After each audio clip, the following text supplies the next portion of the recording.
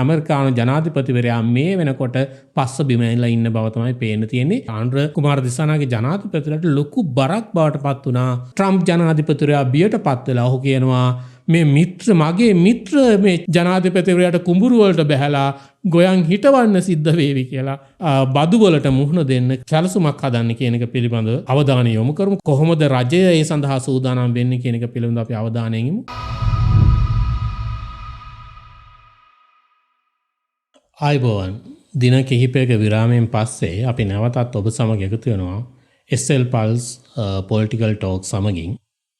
මම හිතන්නේ පහුගිය දින කිහිපය තුළ ලංකාවේ ඒ වගේම ලෝකයේත් බොහොම සුවිශේෂී සිදුවීම් කිහිපයක්ම සිදු වුණා. නමුත් අපිට ඒ පිළිබඳ ඔබත් සමග ඔබට තොරතුරු අරගෙන එන්න නොහැකි වුණා සමහර සුවිශේෂී හේතු නිසා. නමුත් අද දවසේ එම සිදුවීම් වලින් කිහිපයක් හෝ ආවරණය කරන්න බලාපොරොත්තු විශේෂයෙන් අපි මීට කලිනුත් කතා කරලා තියෙනවා ඇමරිකාවේ මේ ට්‍රම්ප් ජනාධිපතිවරයා සිදු කරන මේ ටැක්ස් වැඩි කිරීම නැත්නම් ආනයන බදු වැඩි කිරීම අන්‍යෝන්‍ය වෙළඳාම් මත පවනවන ආනයන බදු වැඩි කිරීම ගැන අපි ඔබට කලිනුත් වීඩියෝ එකකින් කතා කරලා තියෙනවා. නමුත් ඒකේ නවතම තත්ත්වයන් පිළිබඳව ඔබට තොරතුරු ගෙන එන්න කැමතියි. මොකද අපි දන්නවා චීනය සහ ඇමරිකාව අතර මේ වෙනකොට බරපතල වෙළඳ යුද්ධයක් හට අරගෙන තියෙනවා. දැන් මීට කලින් ජනාධිපතිවරයා මුල් අවස්ථාවේ කැනඩාව එක්ක මේ වගේ යුද්ධයක් පටන් ගත්තා. ඊට පස්සේ මෙක්සිකෝව එක්ක ඒ වගේම EU රටවල් නැත්නම් යුරෝපියන් යූනියන් එකේ ඉන්න රටවල් සමග ගැටුමක් ඇති කරගත්තා. දැන් නවතම තත්ත්වය තමයි මේ චීනය සමග ඔහු ඇති කරගෙන තියෙන මේ වෙළඳ යුද්ධය. එතකොට මේ වෙළඳ යුද්ධය මම හිතන්නේ ජනාධිපතිවරයා නැත්නම් ට්‍රම්ප් ජනාධිපතිවරයා හිතුවට වඩා බරපතල තැනකට තල්ලු වෙලා තියෙනවා. අපි දන්නවා ට්‍රම්ප් ජනාධිපතිවරයා ලෝකයේ එක් එක් රටවලට ඔවුන්ගේ වෙළඳ ශේෂයන් මත පදනම් වෙලා විවිධාකාරයේ බදු වැඩි කිරීම කරා. නමුත් චීනයට බදු වැඩි කිරීම පටන් ගත්තේ මේ මොහොතේ නෙමෙයි ඇත්තටම. මේ අවුරුද්දේ පෙබරවාරි මාසයේ විතර ඇමරිකානු ජනාධිපතිවරයා චීනයේ ආනයන මත 10%ක වෙළඳ බද්දක් පැනවුවා.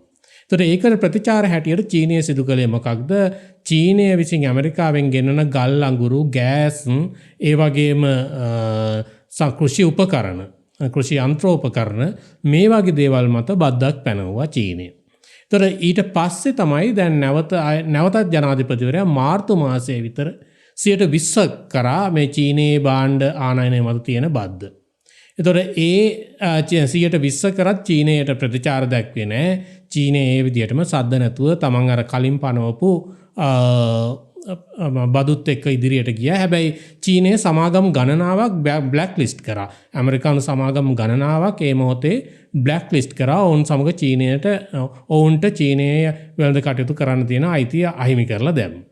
ඊට පස්සේ දැන් නවතම තත්ත්වය වුණේ අප්‍රේල් මාසයේ විශේෂයෙන් අප්‍රේල් 2 වෙනිදා මේ ට්‍රම්ප් ජනාධිපතිවරයා ඔවුන්ගේ ලිබර්ටි ඩේ එක විමුක්තිදායක දිනය සමරන අතරේ මේ ලෝකේ රටවල් 60කට විතර එරෙහිව ගෙන ආපු මේ බදු සංශෝධනය. ඒතර එතනදී වැඩිම බදු ප්‍රමාණයක් ලවපු රටක් හැටියට තමයි චීනය එකතු වුණේ. ඒතර චීනය ඒ වෙනකොටත් 120ක බද්දක් ගෙවමින් හිටියා. ඒතර නවතම බදු සංශෝධනයත් එක්ක 34ක් අලුතෙන් එකතු කරා චීනයේ ආනයන මත. එතකොට නවතම බදු ප්‍රමාණය 54 දක්වා වැඩි වුණා.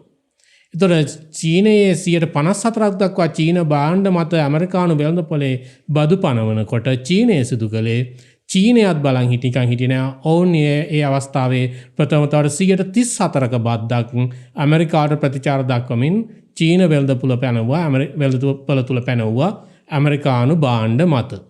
ඒතර මේක ජනාධිපතිවරයා අනපේක්ෂිත තත්ත්වයක්. මොකද ලෝකයේ අනෙකුත් රටවල් දැන් ශ්‍රී ලංකාවට 144ක බද්දක් පැනවුවා. නමුත් අපි ඒකට එක කරන්න ගියේ නෑ. ලෝකයේ අනෙකුත් රටවලුත් එමයයි. අපි දන්නවා ආගේ රටක් ඔවුන් එකඟ වුණා. ඔවුන් ඇමරිකාවට විරුද්ධව මේ පනවලා තියෙන බදු 0 කරන්නත් එකඟ වුණා.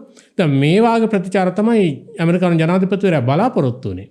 මේ බදු පනවලා ඊට පස්සේ මේ ලෝකයේ නායකයෝ මේකට කලබල වුණාට පස්සේ ඔවුන් ඔහුගෙන් අවසර ඉල්ලනකොට මේ සම්බන්ධයෙන් සාකච්ඡා කරන්න අවස්ථාව ඉල්ලනකොට ඇමරිකානු ජනාධිපතිවරයා ප්‍රසිද්ධියේ ප්‍රකාශ කරා මේ ලෝක නායකයෝ තමන්ගේ පශ්චාත් භාගයේ සිමින්න දැන් එනවායි කිය.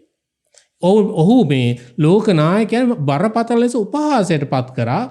තමන් තමයි ලෝකයේ චණ්ඩියා එතකොට තමන් කරන දේවල් නවත්ත ගන්න දැන් මේ ලෝක නායකයෝ අසරණ වෙලා තමන් පිටිපස්සෙන් එනවා තමන්ගේ පශ්චාත්භාගයේ සිඹින්න මේ කට්ටිය එනවා කියලා ඔහු උපහාසයට ලක්කා. හැබැයි ඇත්තටම ලෝකයේ අනිත් නායකයෝ ඒ විදිහට හැසිරුණාට චීනයේ ජනාධිපතිතුමා ඒ විදිහට හැසිරුනේ නැහැ. ඔහු කරේ මොකක්ද මේ 34ක බද්දක් පැනවුවා ඇමරිකානු භාණ්ඩ මත. මේක ඇමරිකානු ජනාධිපතිවරයාට දරා ගන්න බැරි වුණා. ඔහු හිතුවේ චීන ජනාධිපතිවරයා එහෙම දෙයක් නොකරાવી කියලා. ඔහු ඊට පස්සේ කිව්වේ මොකද චීනය වැඩ වරද්ද ගත්තා. හරි බලමු අපි මොකද්ද වෙන්නේ කියලා. ඔහු නැවත ඇමරිකානු භාණ්ඩ මත නැවත බද්දක් පැනවුවා. 50%කින් 50%කින් අර තිබුණු බදු මුදල වැඩි කරා. එතකොට සමස්ත බදු ප්‍රතිශතය 104 දක්වා වැඩි වුණා. එතකොට මේ 104 දක්වා ඇමරිකාව චීන බඩු මත භාණ්ඩ බදු මිල වැඩි කරනකොට ආනයන බදු වැඩි කරනකොට චීනය නැවතත් 84 දක්වා ඔවුන් ඇමරිකානු භාණ්ඩ මත අය කරන බද්ද වැඩි කරා. එතකොට මේක තවදුරටත් ජනාධිපතිවරයාගේ අර තිබුණු අභිමානය නැත්නම් මේ ට්‍රම්ප් ජනාධිපතිවරයාගේ අභිමානය බිමට දාන්නම හේතු වුණා. ඔහු කිසිසේත් අපේක්ෂා කරේ නැහැ නැවතත් චීනය ඔහුට ප්‍රතිචාර දක්වයි කියලා. ඒ නිසා මෙයින් බරපතල ලෙස කෝපයට පත් වුණු ජනාධිපතිවරයා මොකද කරේ? ට්‍රම්ප් ජනාධිපතිවරයා ඔහු නැවතත් චීනයේ තිබුණු බද්ද නැවතත් ඉහළ දැම්මා. තවත් 21කින් බද්ද වැඩි කරලා 145 දක්වා චීන භාණ්ඩ මත බදු අය කිරීම වැඩි කරලා තිබෙනවා. මේකට ප්‍රතිචාර හැටියට නැවතත් චීනය සිදු කරේ ඔවුන් 84 තිබුණු බද්ද දැන් දින දෙකකට පමණ උඩදී 84 තිබුණු බදු මුදල 125 දක්වා වැඩි කරා. හැබැයි චීනය හොඳ උත්තරයකුත් දුන්නා.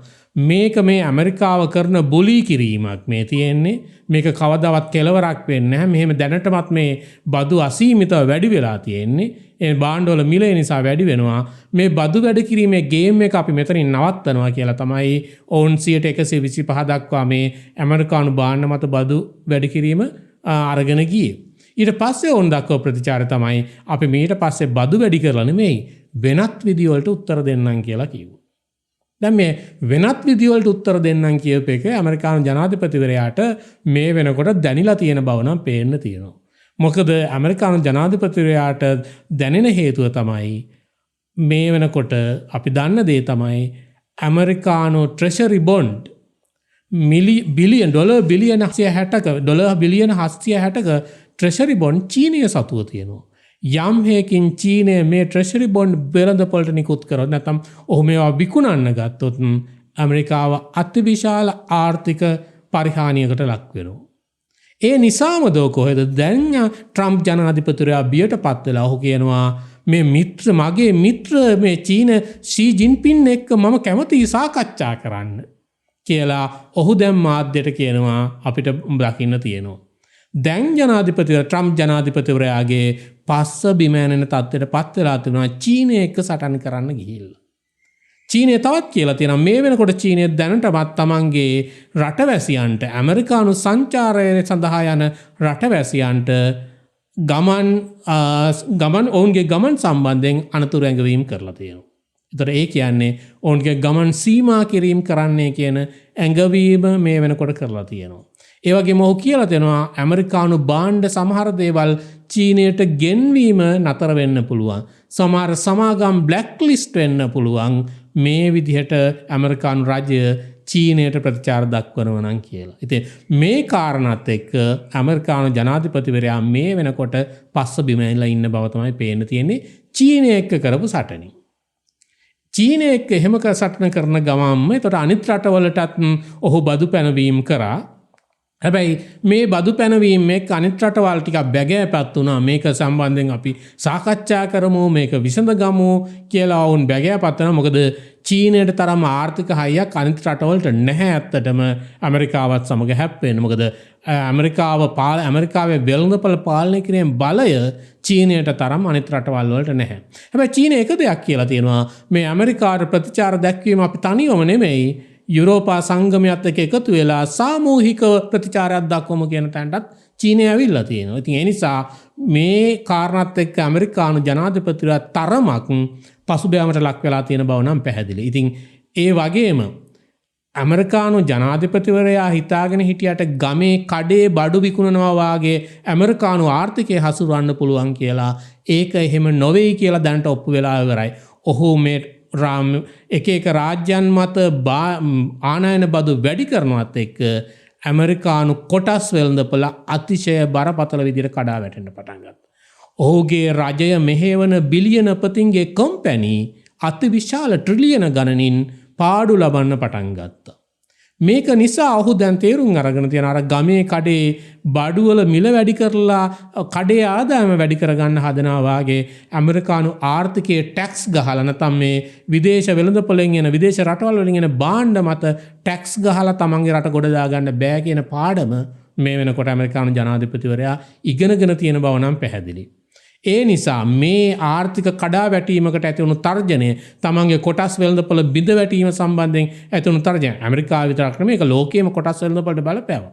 මේ ආසියානු කලාපයේ කොටස් වෙළඳපොළ හැරුණුකොට අනිත් හැමතැනම කොටස් වෙළඳපොළ දැඩි ලෙස කඩා වැටුණා. මොකද ආසියානු කොටස් වෙළඳපොළ කඩා වැටෙන්න පසුබෑමකට ලක් වුණත් චීනයේ තියෙන ශක්තියත් එක්ක යම් තරමකට අනිත් රටවල් වලට සාපේක්ෂව අනිත් කොටස් වෙළඳපොළ වලට සාපේක්ෂව යම් තරමක ස්ථාවරයක හිටියා. ඒ නිසා මේ තත්ත්වය තේරුම් ගත්තු ට්‍රම්ප් ජනාධිපතිවරයා වහාම තමන්ගේ මේ අනෙකුත් රටවලට ක්‍රියාත්මක කරන්න ගිය ආනයන බදු වැඩි කිරීම දින 90කට නවත්වා ගන්න කටයුතු කරා. ඒතර ඒ දින 90 අතරේ අවසර දුන්නා මේ අනෙකුත් රාජ්‍යයන්ට තමන් සමග සාකච්ඡාවට ඇවිල්ලා එකගතාවයන්ට එන්න පුළුවන් කියලා. දැන් මේ දින 90 සහනය එනවත් එක්කම වගේම මේ ඊට කලින් ටැක්ස් වැඩි කිරීමත් විශේෂයෙන් ශ්‍රී ලංකාවට විරුද්ධව 44කින් ආනයන බදු වැඩි කිරීම අතිවිශාල ගැටලුවක් ඇති වෙන තත්ත්වයට අපේ රටේ ආර්ථිකයටත් ඇති වුණා. ඔබ දකින්න ඇති පහුගිය දවස්වල මාධ්‍ය තුල සමහර ඇඟලුම් කර්මාන්තවල මේ නව වසරේ දෙන බෝනස් එක නවත්වන තත්ත්වයට පත් වෙලා තිබුණා. සමහර ඕඩර්ස් ඇමරිකානු වෙළඳපොළට අරගෙන තිබුණු ඇඟලුම් ඕඩර්ස් කැන්සල් වෙන තත්ත්වයට පත් වෙලා තිබුණා. සමහර ඒවා ෂිප්මන්ට් එක එවන්න එපා දැනට හෝල් කරන්න කියන තත්ත්වයට පත් වෙලා තිබුණා. මේ නිසා මේ ඇඟලුම් කර්මාන්ත හිමියන් බරපතල අර්බුදයකට මුහුණ දුන්න හදිසියේ මේ අප්‍රේල් 10 වෙනිදා ඉඳලා 11 වෙනිදා ඉඳලා ජනාධිපතිවරයා කරන්න ගිය මේ ටැක්ස් වැඩි කිරීමත් එක්ක ඒක නිසා කට පිළිතුරක් හොයන්න ශ්‍රී ලංකා රජයටත් ලොකු වගකීමක් ඇති වුණා. විශේෂයෙන් ජනාධිපතිවරයා ආන්ද්‍ර කුමාර දිසානාගේ ජනාධිපතිවරයාට ලොකු බරක් බවට පත් වුණා මේ රටේ ආර්ථිකයට. මොකද අපේ රටේ ආර්ථිකයේ වැඩිම දායකත්වය දෙන්නේ ඇඟලුම් කර්මාන්තයෙන් ලබන ආදායම. ඒකෙනුත් වැඩිම කොටස අපිට ලැබෙන්නේ ඇමරිකාවේ. බිලියන 3ක විතර ආදායමක් අපිට ලැබෙන්නේ ඇමරිකාවට ඇඟලුම් අපනයනය කිරීම තුළ. ඒ නිසා මේක වල් නැත්තු වුණොත් මේක හානියට පත් වුණොත් එකතකින් අපි IMF එකත් එක්ක යන මේ ගමනට ලොකු බාධාවක් ඇති වෙනවා. ආර්ථිකය ශක්තිමත් කරගෙන ණය ගෙවන්න සූදානම් වෙමින් අපි යන ගමන ලොකු හානියක් වෙන්න තියෙනවා. ඒ වගේම රටේ අතිවිශාල පිරිසකගේ විරකියාව ඇතිවීම එවැනි බරපතල ගැටලු ගණනාවක් ඇති වෙන නියමිතව තිබුණා.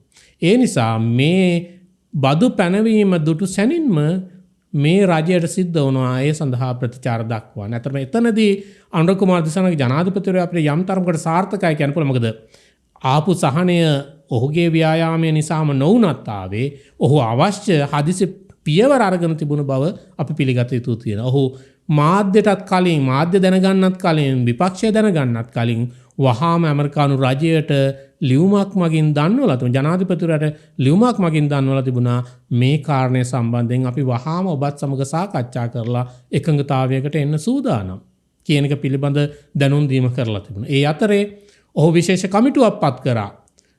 මහ බැංකුව අධිපතිවරයා, මුදල් අමාත්‍යාංශයේ ලේකම්වරයා ආදී මේ බොහොම විශේෂඥයින් පිරිසක් ඉන්න කමිටුවක් පත් කරා. මේ මොහොතේ අපි ගත යුතු පියවර මොනවද කියලා හොයා බලන්න වහා මේ සම්බන්ධයෙන් නිර්දේශ දෙන්නේ කියලා. එතකොට ඒ ගත යුතු පියවර දෙක ප්‍රධාන පියවර දෙකම ගන්න අතරේ විපක්ෂය ඉල්ලනකොට අපිට ඔබත් සමග සාකච්ඡාවක් ඕනේ මේ මොහොතේ රටක් හැටියට අපි කරන්නේ මොකක්ද කියලා එකඟතාවයකට උමු කියලා විපක්ෂය ඉල්ලීමක් කරද්දී විපක්ෂයේ මන්ත්‍රීවරු ඒකටත් එකඟ වෙලා ජනාධිපතිවරයා ඊයේ දවසේ අවස්ථාවක් දීලා තිබුණා විපක්ෂයේ දේශපාලන පක්ෂවල නායකයින්ට. ඔහුත් සමග හමු වෙලා මේ කාරණය සම්බන්ධයෙන් සාකච්ඡා කරන්න. ඇත්තටම ඒ සාකච්ඡාව අවසානයේ ඒ සහභාගී වුණු පිරිස් මාධ්‍යයට කියපු දේවල් වලින් අපි දැක්කේ බොහොම සාර්ථක ලෙස සාකච්ඡාව සිදු වෙලා තිබුණු බව සහ ඔවුන් පිළිගත්ත ජනාධිපතිවරයා ඔවුන්ට අහුම්කම් දුන්නා, ඔහුගේ අදහස් පිළිගත්තා කියන කාරණය පිළිබඳව උන් දැනුම් දුන්නා. හැබැයි මේ සාකච්ඡාවේ තවත් පොඩි කාරණයක් වෙලා තියෙන එකඟතාවයකට ඇවිදින් තිබුණා. ඒ ගත්තු සාකච්ඡා කරපු දේවල් සම්බන්ධයෙන් වෙන වෙනම කවුරුත් වෙනම ප්‍රකාශ දෙන්නේ නැහැ. රජය විසින් දෙන ප්‍රකාශයට හැමෝම අනුගත වෙනවායි කියලා. හැබැයි මේ එකඟතාවය නම් කඩ කරලා තියෙනවා අපි දැක්කා. ඒක කඩ කරමින් සජිත් ප්‍රේමදාස මහත්මයා ඔහුගේ ප්‍රකාශයක් නිකුත් කරලා තිබුණා මාධ්‍යයට.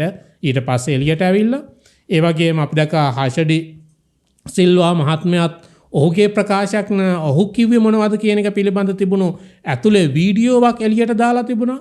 නමුත් අපි දැක්කම හර්ෂ මන්ත්‍රීවරයා ප්‍රකාශ කරන දේවල් ඇත්තටම පිළිගත හැකි කාරණා. ඒවා සාකච්ඡා කිරීමේ වැදගත් කාරණා. ආර්ථික විශේෂඥයෙක් හැටියට ඔහුගේ පූර්ණ සහයෝගය විශේෂඥ ඥානය පාවිච්චි කරමින් ඔහු උපදෙස් දීලා තියෙන බව අපිට පැහැදිලිව පේන්න තියෙනවා. ඔහු කරන යෝජනා ඊටම සාධනීයයි මේ මොහොතේ. නමුත් ඔවුන් එකඟතාවයේ කඩමින් තමයි ඒ තොරතුරු එළියට දාලා තිබුණේ. ඒ කෙසේ වෙතත් මේ සාකච්ඡාවෙන් පස්සේ ආපු විවිධ යෝජනා අතර ඉතා සැලකිය යුතු යෝජනා කීපයක් තියෙන එකක් තමයි මේ මොහොතේ විශේෂයෙන්ම මේ ඇමරිකාව සමග සාකච්ඡා කරන්න බොහොම ශක්තිමත් ඒ සඳහා හැකියාව සහ අවබෝධය තියෙන විශේෂඥ කණ්ඩායමක් සූදානම් කිරීම සම්බන්ධ කටයුත්ත සහ ඒකම අපි මේ ඇමරිකාව මතම පදනම් වෙලා කරන වෙළඳාම වෙනුවට අපනයන විවිධාංගීකරණය නැත්නම් විවිධ රටවල් වලට විවිධාකාරයේ අපනයන කිරීම පිළිබඳව පුළුල්ව කටයුතු කිරීම කියන එක අපි දැනටත් විවිධ රටවලට කරන දැන් GSP+ සහනය යටතේ අපි අපනයනයන් සිදු කරනවා මේ යුරෝපා රටවලට. ඒ වගේම අනිකුත් රටවලටත් කරනවා. දැන් ඕස්ට්‍රේලියාව වගේ රටවලට සහ චීනයට මේ වගේ රටවලට යම් අපනයනයන් සිදු කරන නමුත් ඊට වඩා ශක්තිමත් මැදිහත් වීමක් මේ අපනයනයේදී සිදු කළ යුතුයි. ශක්තිමත් ක්‍රමවේදයක් පාවිච්චි කළ යුතුයි. අපනයන කොහොමද අපේ අසල්වැසි සහ අපිට ලොකු ඉඩක් හදා ගන්න පුළුවන් ඉන්දියාවට අරගෙන යන්නේ කියන එක පිළිබඳව සාකච්ඡා කරනවා. එක්ටා ගිවිසුම නැත්නම් සෝපා ගිවිසුම් මේවා හරහා මේවා අපිට වාසිදායක විදිහට පාවිච්චි කරමින් කොහොමද අපේ අපනයන වෙළඳාම අපේ වෙළඳ පොළ පුළුල් කරගන්නේ කියන එක පිළිබඳව ඕන් සාකච්ඡා කරලා තිබුණා. ඒත් මේවා ඊටම සාධනීය සාකච්ඡා හැටියට සලකන්න පුළුවන් මේ ගැටලුකාරී අවස්ථා. ඒ කෙසේ වෙතත් දින 90ක් ලැබිලා තියෙනවා රජයට. මේ දින 90 මම හිතන්නේ ඊටම ප්‍රයෝජනවත් සහ ඊටම වැදගත්. මේ මොහොතේ ඊටම සාධනීය විදිහට සලකා බලන්න කොහොමද අපේ අපනයන වෙළඳපොළ පුළුල් කරගන්නේ. ජාතික ආදායම තුල මේ අපනයන ඇඟලුම් අපනයන අපිට ලැබෙන ආදායම අහිමි නොවන විදියට ඒක වැඩි කරගන්න නැත්නම් ඇමරිකාවේ කුමන තර්ජනාවත් ඒක අහිමි කරගන්න නැතුව බිඳ වැටෙන්නේ නැතුව අරගෙන යන්නේ කොහොමද කියන එක පිළිබඳව සලකා බලන්න හොඳම අවස්ථාවක් ලැබිලා තියෙනවා මේ දින 90 සහනයත් එක්ක කියන එක ඇත්තටම අපි හැමෝම පිළිගත යුතු කාර්යය. ඉතින් රජය බොහොම ධනාත්මක විදිහට මේ ලැබුණු කාලය පාවිච්චි කළා වහ ක්‍රියාත්මක. මම හිතන්නේ අනිකුත් සියලු වැඩසටහන් වලට වඩා ප්‍රමුඛත්වය මේකට දීලා වහ මේ බිඳ වැටෙන්න යන අපනයන ආදායම නැවත ශක්තිමත් කර ගැනීමට අවශ්‍ය පියවර ගැනීමේ වැදගත්කම තියෙනවා කියන එක පැහැදිලි කළ යුතුයි. මේ අතර අමතක නොකළ යුතුයි චීනය සහ ඇමරිකාව අතර ඇති වන ගැටුමේ ඊටම රසවත් කොටසක් දැන් ඇති වෙමින් තියෙනවා. චීන සමාජ මාධ්‍ය තුළ ඇමරිකාව දැම්බුලි වෙමින් තියෙන බව පේන්න තියෙනවා. ඇමරිකානු රජයේ ක්‍රියාකාරීත්වය, ජනාධිපතිවරයාගේ ක්‍රියාකාරීත්වය, එලෝන් මස්ක් වගේ අයට සිදුවෙන දේ පිළිබඳව චීනයේ AI මාර්ගෙන් සකස් කරපු කුඩා වීඩියෝ පට ඒ වගේම කුඩා පෝස්ටර්ස් වගේ දේවල් ඔවුන්ගේ සමාජ මාධ්‍ය මේ වෙනකොට ඊටම බහුල ලෙස හුවමාරු වෙන බව තමයි මා වාර්තා වෙන්නේ. ඔවුන් බරපතල ලෙස ඇමරිකානුවන් සහ ඇමරිකානු රජය මේ උපහාසයට ලක් කිරීම මේ වෙනකොට සිදු වෙලා තියෙනවා. ඔබට දකින්න ලැබෙවි ඇමරිකාව මේ වියට්නාමය, ශ්‍රී ලංකාව, තායිලන්තය වගේ රටවලින් නැත්නම් චීනයෙන් මේ ඇඟලුම් ගෙන්නනක නැවැත්තුවොත් ඔවුන්ගේ වීරයින්ට ඔවුන්ගේ ඇමරිකානු සිනමා වීරයින්ට කර්මාන්තවලට ගිහිල්ලා ඇඟලුම් මහන්න සපත්තු මහන්න සිද්ධ වේවි කියලා ඔවුන්ගේ වීඩියෝ පටවල පෙන්වනවා. ජනාධිපතිවරයාට කුඹුරු වලට බැහැලා ගොයන් හිටවන්න සිද්ධ වේවි කියලා ඔවුන්ගේ වීඩියෝ පටවල පෙන්වනවා. ඉතින් මේ වාගේ බරපතල විදිහට චීනය විසින් චීන ජනතාව විසින් මේ මොහොතේ ඇමරිකාව ඊටම හාස්‍යෝපාදක තත්වයකට පත් කරමින් ඉන්නවා කියන එකත් මේ මොහොතේ මතක් කළ යුතුයි සහ ඒක මේ ජාත්‍යන්තර මාධ්‍ය තුලත් විශේෂ අවධානයට ලක් විය යුතු කාරණයක් බවට පත් වෙලා තියෙනවා. ඉතින් මේක තමයි ජාත්‍යන්තර වෙළඳ මේ ඇමරිකාව සහ චීනය අතර තියෙන ගැටුමේ ස්වරූපය සහ ඇමරිකාවේ වෙළඳ ප්‍රතිපත්තිය නිසා අතර මේක වෙළඳ ප්‍රතිපත්තියට ඩීල් දැමීමක් හැටියට තමයි අපිට කියන්න පුළුවන්කම තියෙන්නේ. ඇමරිකාව එක එක රටවල් එක්ක සිදු කරන ඩීල් ටිකක් තමයි මේ කරන්න යන්නේ, වෙළඳාමක් කිරින්න යන්නේ. ප්‍රතිපත්තියක් ඇතුළත මේ තුල දකින්න බව පේන්නේ නැහැ. නමුත් ඒ සිදුවෙන කාරණය කොහොමද වෙන්නේ කියන එක සම්බන්ධයෙන් දෙන්න තියෙන අප්ඩේට් එක අපි ඉදිරියේදී බලාගෙන ඉමු. තවදුරටත් මොනවද සිදු වෙන්නේ කියලා මේ ඉදිරි දින 90ට කලින් තව මොනවා හරි විශේෂ දේවල් සිදු වේවිද කියලා. හැබැයි එක වාසියක් අත්දලා තියෙනවා 12%ට තිබුණු අපේ ආනයන බද්ද ඇමරිකාවෙන් පනවලා තිබුණු ආනයන බද්ද මේ දින 90 කාලය තුල 10% දක්වා නැවත පහළට වැටලා තියෙනවා. කලින් අපි 12.4ක් ගෙවමින් හිටිය ආනයන බද්ද ඇමරිකාවට දැන් ඒක 10% පොදු සීමාවක් හැම රටම පැනවීම මත අපිට දැන් 10% බවට ඒක පත් වෙලා තියෙනවා දින 90කට. ඉතින් මේ කාලය තුල ඒ ප්‍රයෝජන ලබන ගමන් කොහොමද ශක්තිමත්ව ඇමරිකානු බදු වලට මුහුණ දෙන්න ක්‍රියා සැලසුමක් හදන්න කියන එක පිළිබඳව අවධානය යොමු කරමු. කොහොමද අපේ ආණ්ඩුව ඒකට සැලසෙන ශ්‍රී ලංකා ආණ්ඩුව කොහොමද ඒකට සූදානම් වෙන්නේ? අනුර කුමාර දිසානායක ජනාධිපතිවරයාත් සමග කොහොමද රජය ඒ සඳහා සූදානම් වෙන්නේ කියන එක පිළිබඳව අපි අවධානයෙන් යමු. එකම ලෝකයේ අනිත් රටවල කොහොමද ඇමරිකාවට ප්‍රතිචාර දක්වන්නේ කියන එක පිළිබඳව අපි අවධානයෙන් යමු. ඒ සම්බන්ධ සියලු තොරතුරු ඉදිරියේත් ඔබට ගෙන එන බලාපොරොත්තුෙන් අද දවසට SL පල්ස් දේශපාලන සාකච්ඡාව මෙතනින් අවසන් කරනවා.